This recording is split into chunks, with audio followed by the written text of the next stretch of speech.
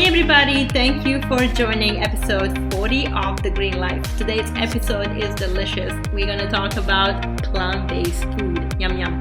Before we get into the episode though, big shout out to Nama Well for the J2 juicer powering this podcast. The J2 is an amazing machine which I am loving using and has upgraded my juicing experience for real. And it's so beautiful to look at, easy to use, easy to clean, and actually saves us money because it squeezes every little bit of juice out of your produce. So if you want to have 10% off your purchase, go into the show notes and check it out. Now back to the show. Big shout out to Lei Shishak for being our guest on the show. I'm very, very excited.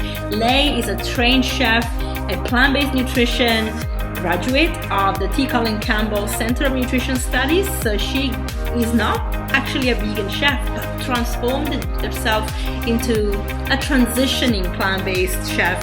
She is changing her diet, as most of the planet is, in a way that is sustainable for her. As a result, she created this beautiful book, Easy Plant-Based Cooking for Two, delicious vegan recipes to enjoy together. And this is what we're going to talk about today, because we really want to make sure that we know how to support people that want to introduce more plants into their diets and perhaps don't know how. I loved reading the ebook, waiting for my hard copy so I can start making some beautiful recipes from it and sharing them on Instagram. So check them out. Stay tuned with us on Instagram as well. It's Lei is also the food editor at All Recipes. So if you are a blogger, if you are a creator of recipes, especially plant-based, you'll see in the show, Lei is very happy to receive more plant-based recipes. So feel free to write to All Recipes and contribute so we can really start creating a movement of more and more people going plant-based. Okay, I can talk so much about Lei and food, but how about we ask her to share a beautiful story and journey. So without further ado, let's welcome our guest. Welcome, Lei. Hi, Lei. Thank you so much for joining us on The Green Life today. How are you? Hi, Chantel. I'm well. Thank you so much for having me. My pleasure. I'm really excited to talk about your new book and about your story. It's really passion about food and how you really developed. And also, I know you're not fully plant-based, but this book is, and I love it that it's plant-based food basically for two people, for couples, which is great. I mean, obviously a person can make it for themselves and have leftovers, but it's nice to have a recipe that is actually targeted at two people. I also love the fact that avoids a lot of waste. So yeah, but before we get into the book, can you just tell us a little bit about you, how you got into this beautiful field of food, which I love because I'm a foodie, and yeah, how do you start even writing? Well, let's see. When growing up, I loved to hang out in the kitchen with my parents. They were both frequent cooks, and we rarely ate out, actually. So I was always in there, kind of opening the pots and seeing what was going on, and I loved to sit on the ground in the kitchen, and I would just pull out all of my mom's cookbooks and all her recipe cards, and I was just fascinated by this whole idea of cooking and creating in the kitchen. So it started at a young age, but then of course I went to college and I studied something entirely different, and I began working in New York City in finance, and I did that for about 5 years. But during those 5 years, I was cooking, on my own, and also working at a bakery on the weekends. And so that allowed me to kind of dabble into the kitchen on the sweet side. And I really wanted to learn more. So after 5 years in New York, I decided to go to upstate New York to culinary school at the CIA. And I went to chef school, and after 2 years, I graduated as a chef, and I moved out to Los Angeles, and then I just began working in kitchens in Los Angeles, eventually making my way down to Orange County, California, which is where I live now. And that's when I started, I decided to open up my own bakery. So I had done that from 2010 to 2020. I owned a bakery in San Clemente, California called Sugar Blossom, which is still there. I just no longer own it. And it was during that time at the bakery that I was coming up with so many recipes for my business. And I really wanted to share them with everyone. And that's when the idea of a cookbook came into my head. And I was fortunate enough to find a publisher in New York who was willing to create the book for me. And we now have gone on to write 5 cookbooks together. Easy Plant-Based Cooking for Two is my 5th cookbook. And it just came out in October. And so I am just promoting this wonderful world of plant-based eating. Like you said, I am not fully plant-based, and I was have been a meat eater since I can remember. But I will say, after selling my bakery in 2020, and it was the start of the pandemic, I really wanted to make some healthy changes in my life, like a lot of people did, right? So I started researching different diets, and I knew I couldn't go completely plant-based right away. It was going to be a little too scary for me to do. So I just started studying it. I got my plant-based certificate, and I realized that it doesn't have to be all or nothing, at least not in the beginning. You know, I wanted to do this and I wanted to enjoy it. I think that was the biggest thing. So I started coming up with plant-based recipes on my own, and I would slowly incorporate more plants into my diet. I think we can talk about this later, but there's definitely tips I have for starting a plant-based diet. But I really started viewing meat as a side dish, and that helped me a lot with this transition. So I just started developing plant-based recipes. I ran it by my editor. It's like, hey, what about a plant-based cookbook? I think this is something that people will really enjoy.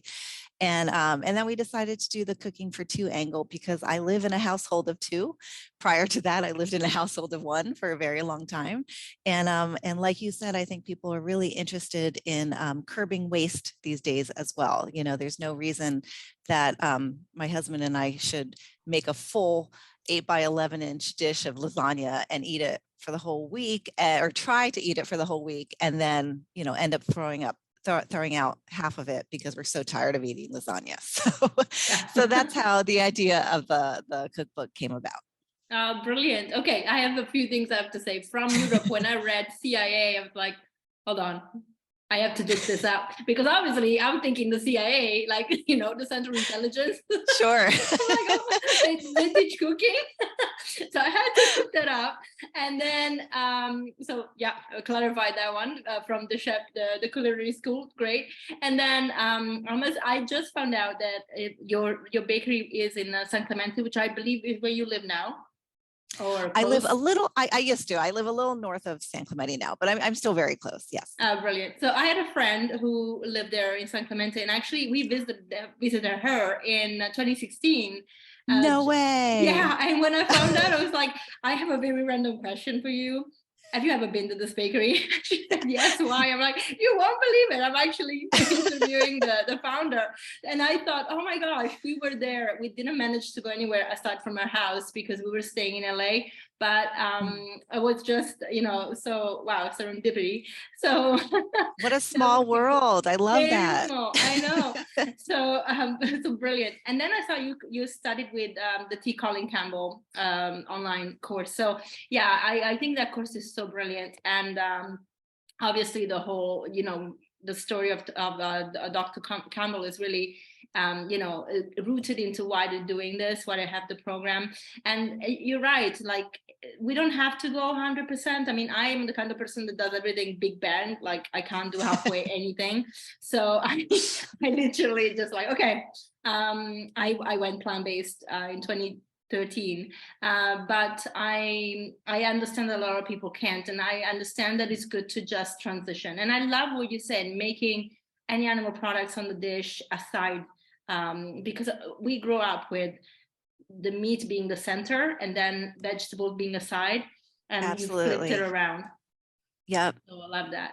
And so your husband, is he on board with the changes you've been making? Because sometimes, you know, it's really hard when you want to do something different and the other person that is with you is not really ready. How are you navigating, or how is he navigating the changes? Is he supportive? Is he on board? Thankfully, totally supportive. It's a little more challenging for him. You know, he loves his meat dishes for sure. But yeah, he was pretty excited to hear what this cookbook was about, because he wanted to make changes. I mean, he is the one, I don't think he'll mind me sharing this. I mean, he is the one with more of the health issues. He has the high cholesterol. He has the high blood pressure. He is slightly overweight. So those are, he's someone I care about, obviously, and I wanted to help him, feel healthier and get better and get his blood pressure down. So these were ways that we've been able to do that. Definitely cutting down on salt has helped a lot. Eating plants has helped a ton, and then also we've discovered that beets have been super helpful to lowering his blood pressure. So I've been incorporating beets a lot into smoothies and our dishes and salads as well. Brilliant. Great tip. Yeah, I love how beets are so powerful. I mean, they really cleanse the blood in a way that is amazing and great for the liver as well. Yep. So yeah, no, beets are superfoods, really. So amazing.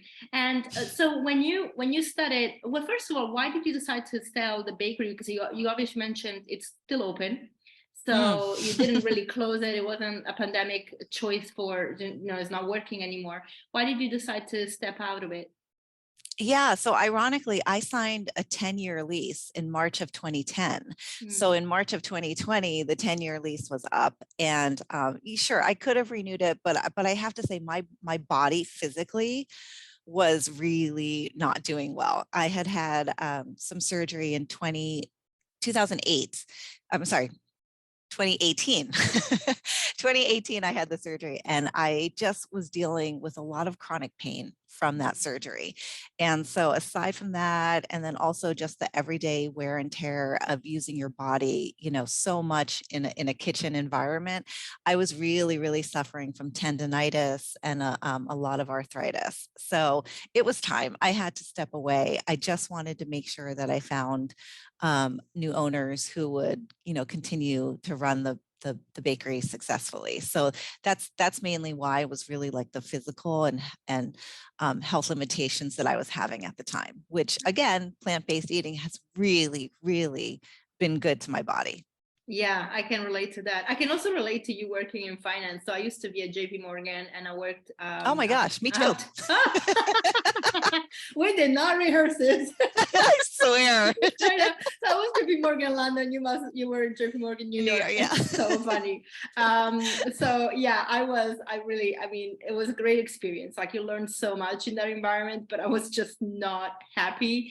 And I couldn't, that wasn't me. And so I actually went on to study to become a health coach and yoga teacher, and I just stepped out of it. And one of the things that I can relate to you is how you grew up looking at your parents cooking. My grandmother was a very good cook, and I used to really be in awe of her. And so I love being in the kitchen. So whenever I see a new book, especially like yours, is so fun because it's a lot of recipes that mostly are generally with meat and other animal products, and they've been just transformed into plant-based. And I love doing that because I feel it's like such a fun way for people that are not plant-based to implement the plants into a dish that they are familiar with. Because I feel like a lot of people are afraid of change. They're gonna think, oh, what does it taste like? But if you can make lasagna with no meat and it still tastes amazing, that's great. So that's one of the things you have in there. And then I saw the beautiful, which I'm looking forward to making, the burrito with the what is not plantain, jackfruit, yeah. That's the first thing I'm making when the book gets here this week. Oh, I'm so excited. Yeah, people have asked me, it's funny, they've asked me how I came up with the recipes. And so I started out by just creating a list of plants I wanted to cook with. And one of them was jackfruit, because prior to writing this cookbook, I had never had jackfruit. I had never cooked with it. I didn't know what it was, but I'd heard about it in a lot of vegan cooking. So that's how I came up with that recipe. And I'm also glad to hear you point out that the recipes come from the mind of a meat eater, because I would really hope the recipes in this cookbook are approachable to anyone, but especially someone who is a meat eater but looking to incorporate more plants into their diet, because I want all the recipes to be like, oh, that sounds good. I can make that. That's not scary, or that's not using quote unquote weird vegan ingredients. So so that was a main goal of mine too. I think you achieved it, because that's the first thing I thought when I saw the ebook, and I thought, wow, this is really easy. Like, it's all the things that most people eat, but instead of having animals in it, they have vegetables. It's brilliant. So Right. yeah, great, well done. And so with things like jackfruit, which you never used before, how long did it take you to get familiar with it? And how many, like, did you know immediately you were going to use it in a burrito? Or did you try like a million recipes and then thought this is the one? Let's see. I believe I wrote down just jackfruit to begin with. And then once I got there, and reading about how people like to use it because it has more of that chewy texture, almost stringy. And so it very much can resemble shredded chicken or shredded pork. So that's how I kind of went through that thought process and then was like, well, what flavors haven't I worked with yet in the book? And at that time, I hadn't really worked with a lot of, Mexican flavors. And I think that's how I ended up forming this it's kind of like roasted jackfruit in the oven. And then I was like, let's mix it with some rice and grains to bulk it up a little bit. And then let's stuff it all into a pepper. So that's kind of how I came about it. And then to talk about a little bit more about the recipe, what I love the most about that recipe is there's a creamy cilantro avocado sauce that's drizzled on top. And that really makes the whole dish come together nicely. Oh yeah, yum. I love Yeah. avocado, I love cilantro. Brilliant, can't wait. I've been doing them all. That's I great. know. Good, yay. I mean, one thing I see that you use cooking oil. I cook without oil, but I think a lot of them can be made without any oil. So for people that are on the low fat part of the plant-based diet, I think it's easy to just make those swaps. What would you Yes, and say? sorry, didn't mean No, to no, no, go interrupt. I just ahead. want to point out, yes, some of the recipes are oil free, not all, Mm. like you said, and the majority aren't, but the ones that are definitely noted at the top of each recipe header as oil free. Brilliant. And yeah, my thought was if there is like something that is oily that is maybe needed for a cream for example, I think for the dessert is a little trickier. But if there is some coconut oil, something in the dessert that requires a fat, if somebody wanted to make it without, what would you be what would you advise to exchange it for? I like to use dates a lot. Mm, Not only do they provide sweetness, but they also provide a lot of moisture in the recipe. So I've been experimenting a lot with that. You can also try, some coconut sugar as well. But for me, I've had the most luck with dates. oh, brilliant. That's a yummy suggestion. Love it. I know. It tastes so good. Oh, that's great. Oh, brilliant. So the recipes, they just come to you? Because I know one thing about me. I love cooking, but I'm an intuitive cook. So I just throw things together and then I'm like, oh God, how much of what was in there? Because people always ask me for the recipe. I'm like, I don't know. Just put things together. So I kind of wing it, but it's not always right. And Right. with recipes, I mean, with the savory stuff, you can get away with it. With the dessert, forget about it. You have to be really precise. But so I was wondering, how do you come up with the recipes? How do you get inspired? How long does it take you to write them down? That part that is the hard work.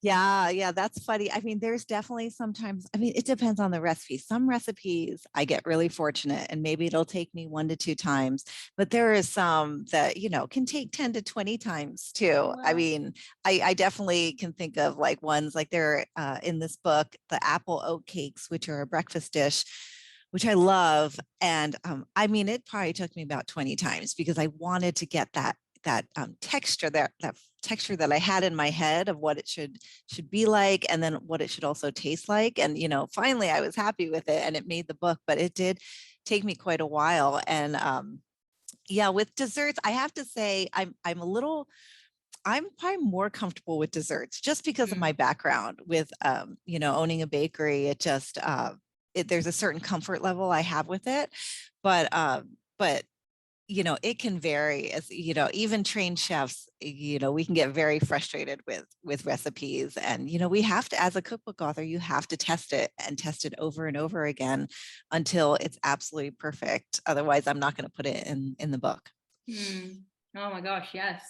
I absolutely. Yeah, I can't wait to try them because as you said, like it's nice when it's a chef that writes a book, but it's not complicated. Because a lot of chefs write amazing books, but God, when you read them, you're like, what is going on here?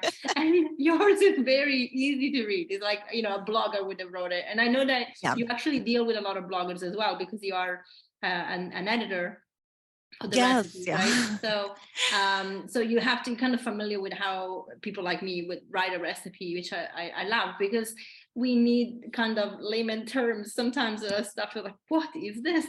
And you know, Yeah, we're not all chefs. Yeah.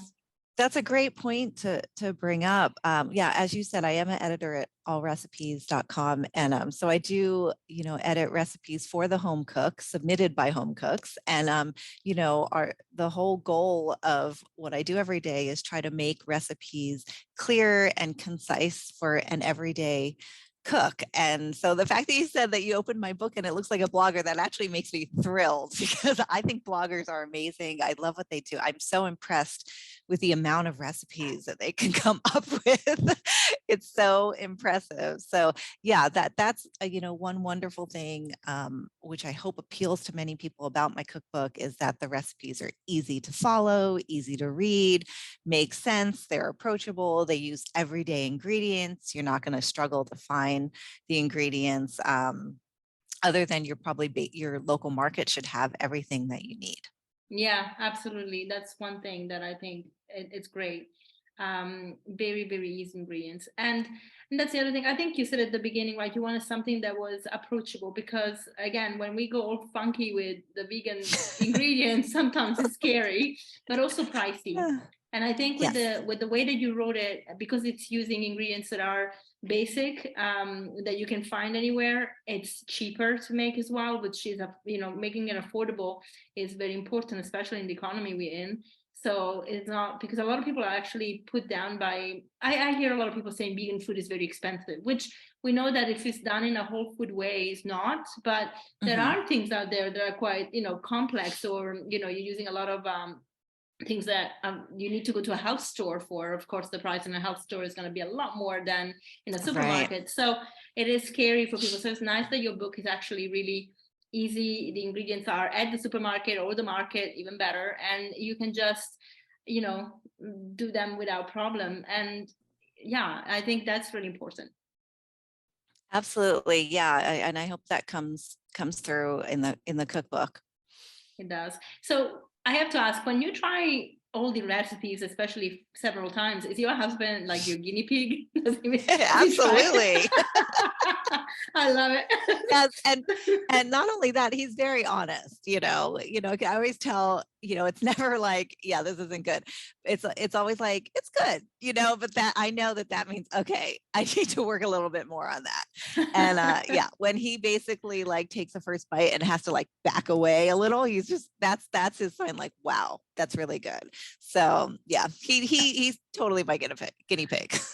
Oh, brilliant. I love it that the body language is when it's really good, like stepping like, wow, this is amazing. Yes. And actually, I do have a close friend too. We've been friends for decades. She is a vegan. And so I had her try a good number of dishes. She really loved loves the chickpea and sweet potato mulligatawny that's in the cookbook. That's one of her favorites. Yeah, I saw that one, especially because I'm really, I don't know what's happening to me, but I'm on the sweet potato boat. I love them in every. I'm like, okay, it's my season. I'm the sweet potato. Yes, me too. Me too. I love sweet potatoes. Very great. And so in terms of obviously the book has a lot of tips on how to make the recipe easy and affordable, as we mentioned. But what are the tips you can give people that perhaps have never cooked a plant-based dish and now they are changing? So you mentioned in the beginning you had some tips to help people transition. Can you share them with us? Yeah, I've got 10 tips that really helped me. I won't go through all of them, but the first one is kind of basic. It's determine your motivation. And I think that's true with anything you decide to change in your life, right? So I would suggest doing that for this. It's got to be a solid reason why you're doing it. Otherwise, you're not going to stick to the plan. So ask yourself why do I need to incorporate more plants into my diet? What changes do I want to see in my life, my mental health, my well-being? And that's going to help you stay on track. So once you do that, then secondly, probably find a support system. It's much easier to do it with someone, and it's not necessarily someone who's going to eat plant-based with you, but just have someone you can talk to about things, and he or she can help support you on the way. And if you don't have anyone locally, there's so many groups online too that you can find. This plant-based world was new to me prior to writing this cookbook, but I have to say, after writing it and talking with dietitians when I was writing the book, they've been so welcoming. I feel like they just want to get the word out there on how incorporating more plants into your diet is beneficial for you in so many ways. And I've never met a group that has been so warm and welcoming within the food industry. So that's been really meaningful to me. So definitely there are online social groups that you can be a part of. And then I would probably say, I said, view meat as a side dish, kind of along those lines. Something that's really popular, everyone's heard of it, Meatless Mondays. It's a really easy way to just start being aware of eating less meat. So I would say that. And then Chantel, you brought this up earlier. My book has a lot of familiar flavors in it, nothing too crazy. So I would say try and just stick to familiar flavors that you like. If you love curries, stick to curries. Just let's throw a bunch of vegetables in it instead of chicken. It's totally doable. So I would say that would be another tip as well. Oh, those are brilliant, and they're so applicable, so easy. I love them. So your book has one thing that I really find amazing, aside from the actual recipes, but it's the photos. How complex? Who took the photos? Did you have to get in the studio, or did you take them? What was the process? Because I know a lot of people don't like to take their own photos, so obviously you have to then cook separately in a studio or in a kitchen that is hired, and then find the photos. So it's more complex to do that. But what was for you the process? Yeah, so I took all the food photos. There are some photos of me and my husband, and just kind of the brand photos. I did have a professional photographer take the brand photos, and she's fantastic. But yeah, as far as all the photos of the recipes and the dishes and some of the ingredients I did take, and I took them at my home for the most part. I've been practicing and trying to get better in photography for years now. So my biggest tip for that is just find a place with good lighting. And in my house, there's like one ledge in the living room. There's like this one table in the dining room that works really well. And it's all about lighting. So, it definitely takes some frustration, not every photo I took. I probably take honestly about 200 photos of one dish, and there's one that I choose to go into the book. So that's challenging, but I will say my first 2 or 3 books, I had a professional photographer take the recipe photos, and it was a challenge because you've got to plan out what you're going to make. And we tried doing, I would try and maybe do like 5 dishes, and then she would come over and take the photos, or I would take them to her and she would take the photos. And by then the food doesn't look as good. It's not as warm, it's not fresh out of the oven. And so you have to try and like finagle ways to make it look fresh. And even now I look back at some of those photos and I'm like, oh, that was sticking out and it shouldn't have stuck out, or like that doesn't look that appetizing. So I really worked hard to be able to try and take the photos myself, because it's so much, the food looks so much better because it's made right at that time. Yeah, it does. It's beautiful, and well done. The photos are Thank beautiful, you. Thank and you. That means a lot to me. and it is a skill, because I can tell you that I try to take photos that are amazing, but boy, it doesn't happen for me. Like, okay, photography gene not here. It takes practice. It does, doesn't it? Maybe I have to apply myself a little more with that. But yeah, beautiful pictures. And people always eat with their eyes first. So if it's Yes. appealing, they're like, ooh, this is gonna be good. Yes. I wanted to make sure that people, if they flip through the book, they're like, yes, I need to buy this. Oh, amazing. And for the book, are you planning a tour as well, or is it just going to be online? How are you navigating the space? Yeah, so it's just going to be online, not doing any kind of physical tours, but I have done some cooking appearances. So, Nice. hopefully people will catch me doing some of those. Yeah, brilliant. I saw one of the reviews for your books, which were all amazing, but it was from Kim Campbell. And Oh, I yeah. actually thought that she was the one that put you in touch with me because she's so great at connecting people. Oh, So I asked her, but she said oh, she that's did. funny. Yeah, she didn't, but she said she loved your book. She loves your book and she loved your recipes. So she was really happy that I Yeah. was interviewing you. She's a sweetheart, it really is. And yeah, but the reviews were all amazing, and I can tell and from people that know how to cook. So if people don't know Kim, she's actually on the podcast as well. But she's the developer for. She makes all uh, the um, the recipes for Plant Pure Nation. So, or Plant Pure, I should say, the Plant Pure Nation documentary is coming out again. Actually, the second one. Oh, is Little it? Oh, nice. yes, I didn't know that. yeah, in January, I believe. Yay. I So have yeah, something to very watch. excited. Yeah, very, very excited about it. So she made all the recipes for the program, and so I noticed she really loves flavors and she loves to cook and she loves to look at that. So when she, yeah, she totally loves your recipes. So it was nice to see, and I was like, oh yes, I'm really looking forward to checking them out too. Yeah. So I don't know Kim personally, but she was definitely someone I wanted to approach to write a pre-release review for my cookbook. And I was like, oh, she's not gonna do it, like, but I was like, let me ask her because I was such a fan of her father-in-law's, T. Colin Campbell, his program and his course. And I was like, they know what they're talking about. And it's through that I discovered her and her work and her cookbooks. And I was like, okay, she gets it. I like the recipes that she writes and I like her style. And so I didn't really know how to contact her. So I'm sure she won't mind. I contacted her on Facebook but I didn't hear from her for a little while actually. And I was like, oh, and we were hitting the deadline for the cookbook. And then she, had reached out, responded. I remember it was like in the evening and I was like, I literally jumped off my couch. It was like, oh my gosh, she responded. And I was so thrilled. She had apologized. She hadn't seen my message. But she immediately, I sent her the book right away and she got back to me really quickly with a review. And it meant so much to me.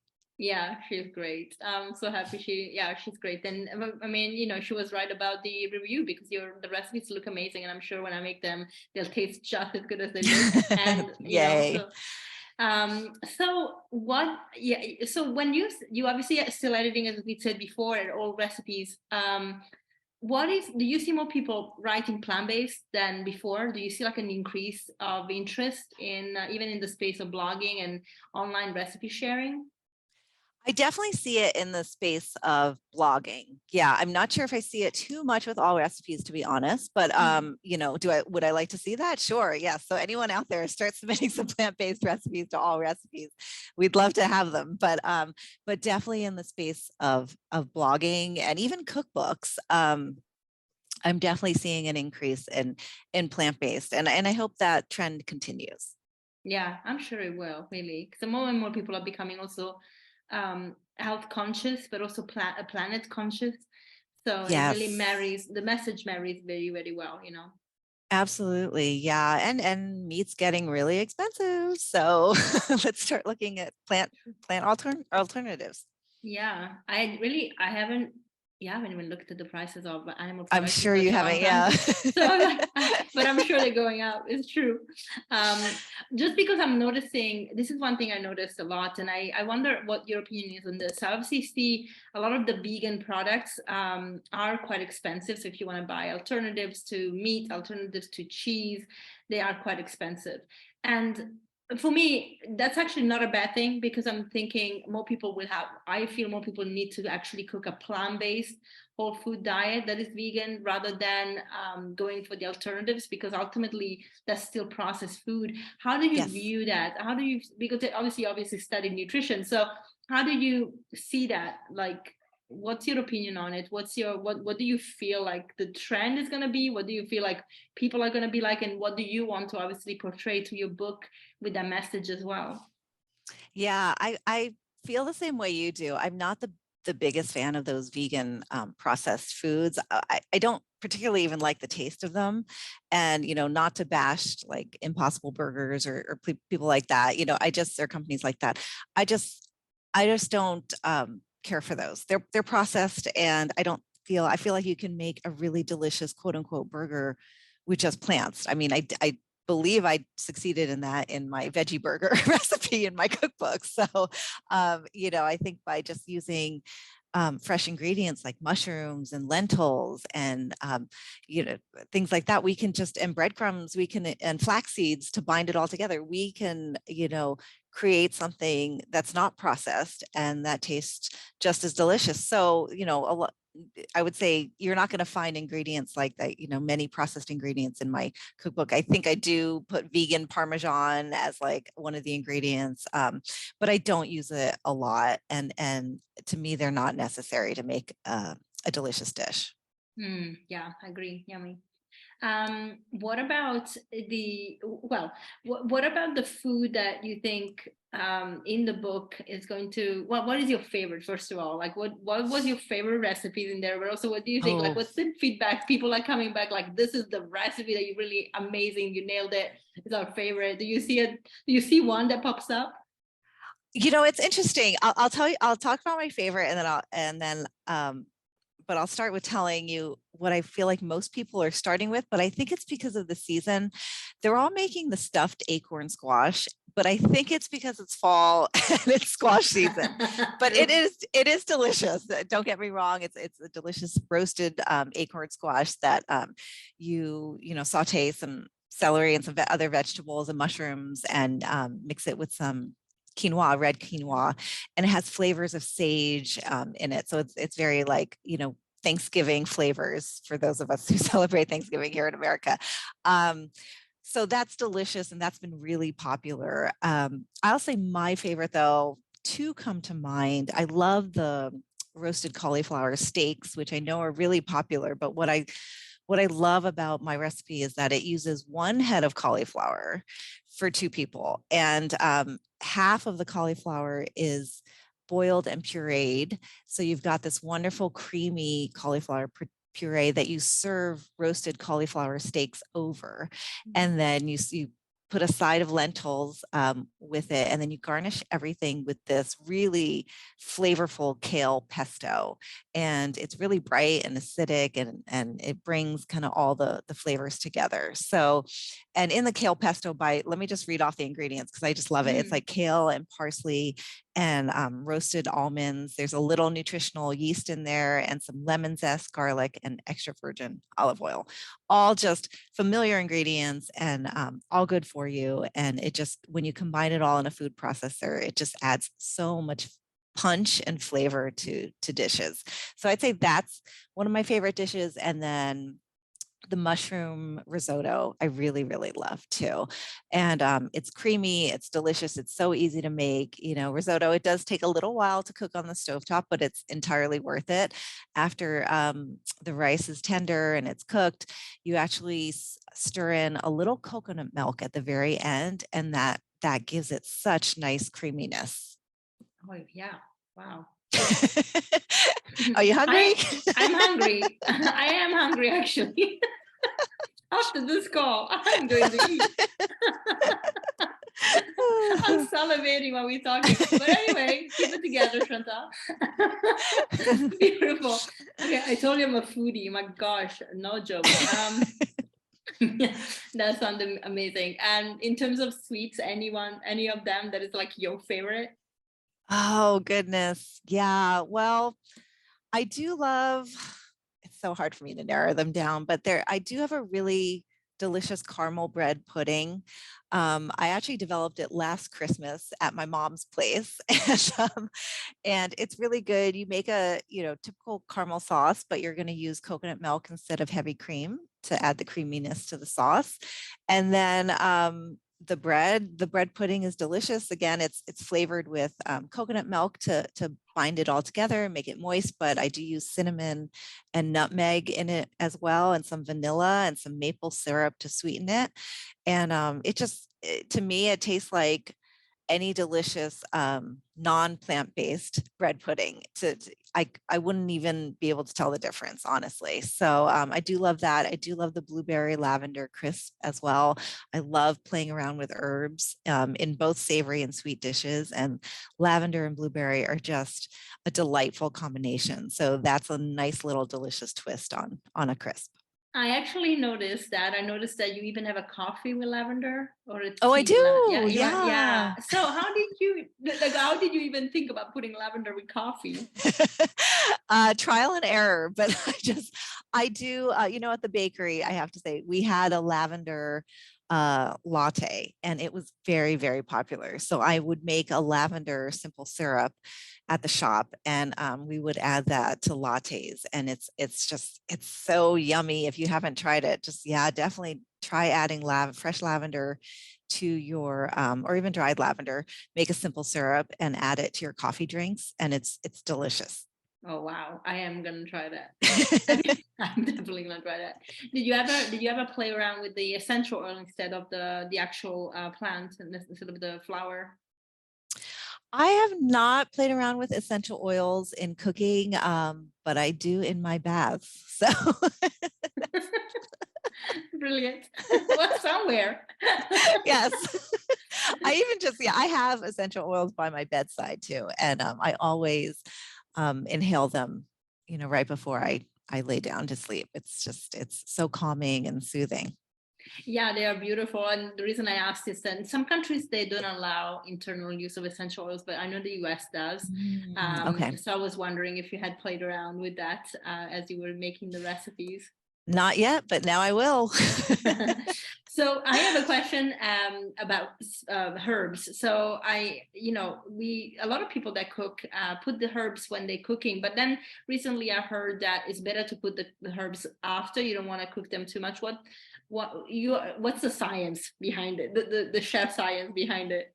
Yeah, I've heard that too, that you don't want to overcook the herbs. I guess it depends on what I'm cooking, and it just kind of takes trial and error. If I make something and I feel like the flavor of the herbs or the scent of the herbs isn't coming through, maybe it is because I added it too soon.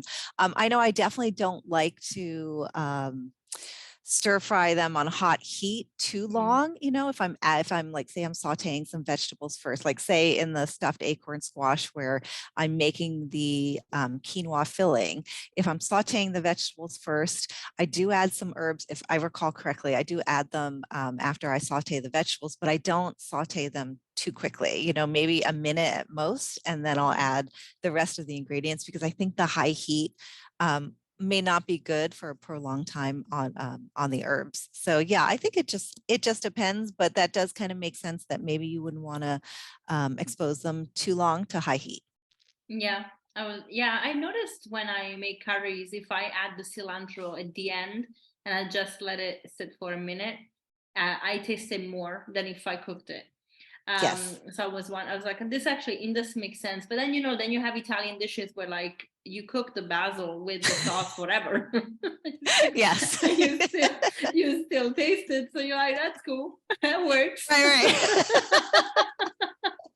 Yes, that's true. Yes. And yeah, to go back to curries, yeah, that's how that I add cilantro at the end. Maybe I let it, cook for a minute at most, or some dishes just fold in at the end or just garnish with it too. So yeah, it may just depend on what kind of dish you're cooking.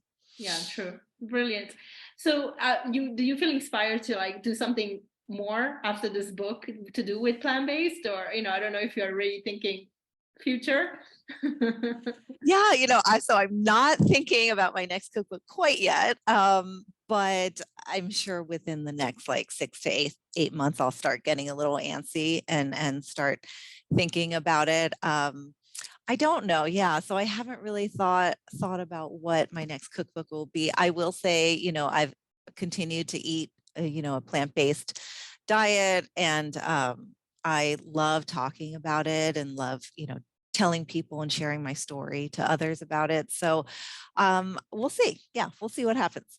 Brilliant. And this holiday season, are you welcoming people at your house? Are you visiting your parents again? And will you be blessing them with your recipes for drizzle? Are you saying we're going to change a little bit this year? It's going to be a little more plant-based. Yeah, so we just had about 13 people over for Thanksgiving. Thanksgiving was last week. Yeah, here in the States. So yeah, and we had a wide variety of eaters. So we had the meat eaters and we had the vegetable eaters. So we did everything. We want to accommodate everyone. But I did my roasted my Brussels sprouts salad from the cookbook. I made that for everyone. So that was a big hit. And yeah, for Christmas, I'll be going back east to Pennsylvania, and I'll be spending it with my side of the family. So yeah, we'll see. My mom's a big, vegetable eater anyway. So so there'll be lots of vegetables and a good mix of different foods for sure. Oh, it's fantastic. And has she made some of your recipes as well from the book? I believe she's made one. I can't remember now. She did tell me I sent her an early copy, so it's been a little while since she talked to me about the book, but I believe she did make a couple of the recipes already. So. Oh, cool. Oh, you know what she did? Yep, she made the Indian style potatoes. That's what she made. Oh, nice. Oh, yes, I saw them and I was like, oh, they look nice. Yes, really she made them, and she actually even brought them to her friend as well. So. Oh, brilliant. She might surprise you with a whole table from your book. Yeah. That would be hilarious. I'd be like, these look familiar. Don't want to put my daughter on the spot, but it's one of her recipes. That'd be funny. Yeah, brilliant. Amazing. Thank you so much, Lei. I mean, I really am looking forward to the next, how this develops, and how I really hope that you get in front of people, whether it's through TV or shows that you can do with your cooking, because they are fantastic recipes. They're really easy to make. And I think people will appreciate that they come from someone that hasn't been vegan for a very long time, or is not even actual vegan, but is transitioning to eating more plants that can inspire people. I think we all need it. We all need a little bit of inspiration and finding more kindness on our plates that is in a way that is sustainable. So thanks for your work. Thank you. That means so much to me. And thank you so much for having me on. Anytime. Well, we'll speak very, very soon, and I'm looking forward to the future. Take care. Thank you. Bye. Thank you, Lei. And thank you everyone for staying on for this episode, which made me very, very hungry. Talking about delicious food. Wow. So if you enjoyed it too, and if you want to get yourself a copy of Easy Plant-Based Cooking for Two, go into the show notes and do it. It's sold anywhere books are sold, and it really supports Lei into her journey, which is a beautiful one. So if you like the episode, as always, please do like it, share it, review it, help us grow, because we only have more deliciousness to come, and we want to share it with you every step of the way. So I'll see you next week. Bye.